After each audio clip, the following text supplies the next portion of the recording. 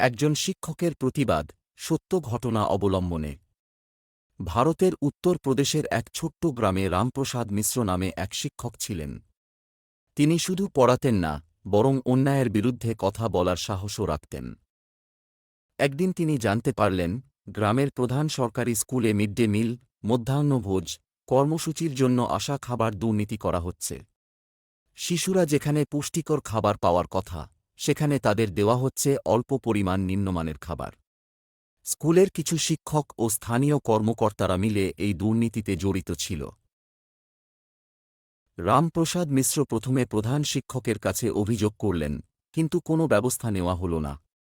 এরপর তিনি স্থানীয় প্রশাসনের কাছে অভিযোগ করলেন।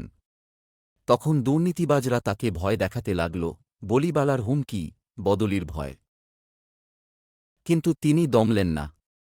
একদিন তিনি মিড ডে মিলের ছবি ও ভিডিও তুলে সংবাদমাধ্যমে পাঠালেন। খবরটি প্রকাশিত হতেই প্রশাসনের টনক নড়ল। তদন্ত শুরু হল এবং দেখা গেল, সরকারি ফান্ডের বিশাল অংশ স্কুলের কর্তৃপক্ষ আত্মসাৎ করেছে। শেষ পর্যন্ত অভিযুক্তদের বরখাস্ত করা হয় এবং মিড ডে মিল কর্মসূচি সঠিকভাবে পরিচালিত হতে শুরু করে। গ্রামের দরিদ্র শিশুরা পুষ্টিকর খাবার পেতে লাগল। রামপ্রসাদ মিশ্র চাকরির ঝুঁকি নিয়েও অন্যায়ের বিরুদ্ধে লড়েছিলেন।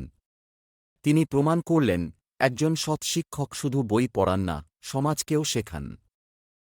আমাদের মজার জোকসগুলো যদি ভালো লাগে তবে পেজটি ফলো করুন। নিউ লাইন আরও ভালো ভালো জোকস পেতে পেজটি লাইক দিয়ে রাখুন।